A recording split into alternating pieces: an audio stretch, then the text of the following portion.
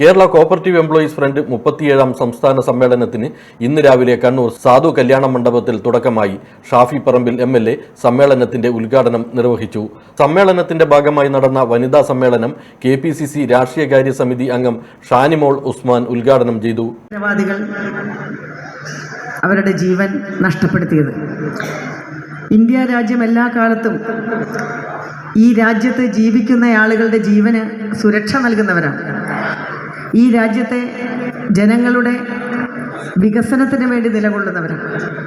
ഇതൊന്നുമല്ലാതെ പട്ടിണിയിൽ കഴിഞ്ഞുകൂടുന്ന പാകിസ്ഥാനിലെ ഭരണകൂടത്തിനും സൈന്യത്തിനും ആ നാടിനെക്കുറിച്ച് ചിന്തിക്കാൻ നേരമില്ല. പക്ഷേ ആകെ അവർ ചെയ്തു വരുന്നത് ഭീകരതയെ വളർത്തുക എന്നുള്ളതാണ്.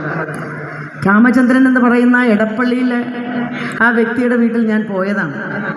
TV-യിൽ നമ്മളെല്ലാം കണ്ടില്ലേ, ആരതി, അദ്ദേഹത്തിൻ്റെ മകൾ, അദ്ദേഹത്തിൻ്റെ ഭാര്യയും മകളും 2 കൊച്ചുമക്കളും അടക്കമാണ് ഈ അവധിക്കാലത്ത് ജമ്മു കാശ്മീരിലേക്ക് പോയത്.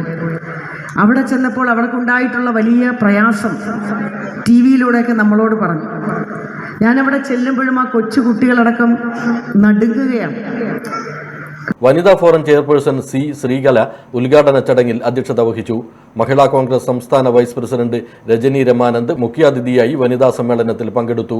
KPCC അംഗം അമൃത രാമകൃഷ്ണൻ മുഖ്യപ്രഭാഷണം നടത്തി. ശ്രീജ S. നാഥ്, ശ്രീജ മഠത്തിൽ, അഡ്വക്കേറ്റ് ലിഷ ദീപക്, S. അർച്ചന, AP നിഷ തുടങ്ങിയവർ സംസാരിച്ചു. നാളെ സമാപന സമ്മേളനം പ്രതിപക്ഷ നേതാവ് VD സതീശൻ ഉദ്ഘാടനം ചെയ്യും. എനിക്കൊപ്പം ഫാമിലി കണ്ട സ്വപ്നം. എന്റെ ഇഷ്ടങ്ങൾ എന്റെ ഫാമിലിക്ക് അറിയാം. Family wedding centre.